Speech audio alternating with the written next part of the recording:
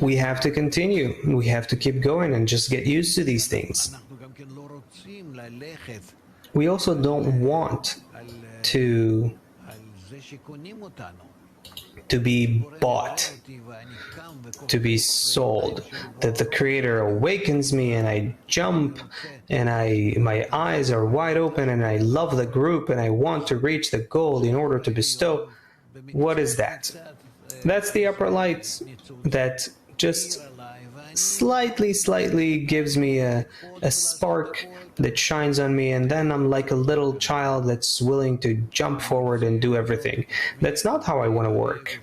I want to build myself above my ego by pushing my ego downwards, stepping over it with my foot, and standing with the help of the Creator, asking for strength, of course, to build myself, to position myself in a better way.